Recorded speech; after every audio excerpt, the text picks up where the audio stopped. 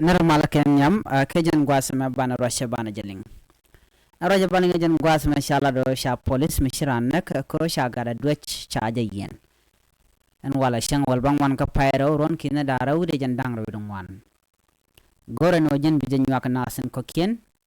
ka shu ja paru jen o jen bi subscribe kan war online tv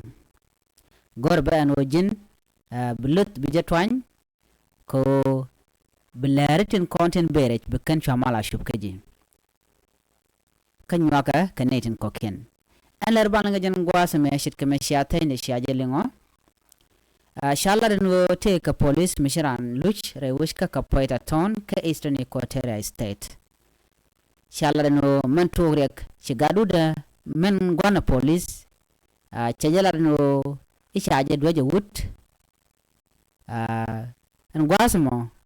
shuhudan dana tega gatmala police choror shumoy kamach ka shu jen chaw kudut kana mo ki darut kana mo ka shu wudamo shu shu baraka maide kan gwasmo shu wudamo shu liu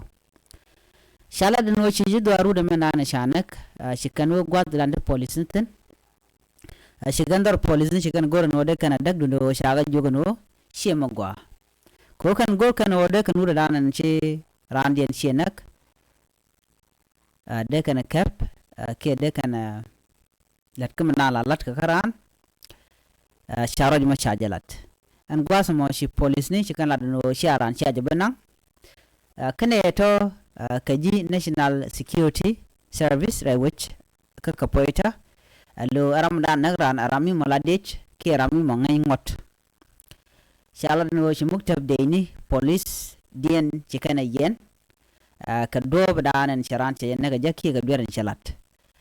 shi muktab danan la muktaf de nen wini are wejamo shi loidien che je karan dien dan shiranak shalan no shikan mat karam danan nagran chikan ram mo chikan yen tama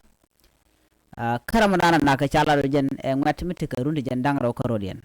jen ram danan shanak jen ude la police do ka jen ba shalan en police mo kwar kajan kwar danan doy ka gade kajan kwar danan be baran benag ko shaga de shaje doch de jogna yene garodun ne de taka mai tola kan de jagla kan kalat shirana char don gade chadur chajalat chika mishane no chuje gor no jinna baga police ke ne de content detect kan gamach ko tandian chikan lona jen don bugana bukan kaga sha ramamo shajanak ke ude takaruni jandang ro ke ngar te jandang raw chajanak won mila police am kware woshan winne ajen la dan de linga jen gwasame gor no jen bi jen waka nasin ko ken ko de lera de kan kula shub gwasantin gor kon ke en wo de ko ten an lera me lu ka na ka do badanan shinat shikan de gak ka police ni ke je ke shimane ken ko tanken chikan luna je chika ran la charo rana na me ajen te ka duero la gujen je bom no be nyosra mo ajen le dan de linga jen gwasame shiro na tes ko lingen lere kan waro na tv biya te ka mal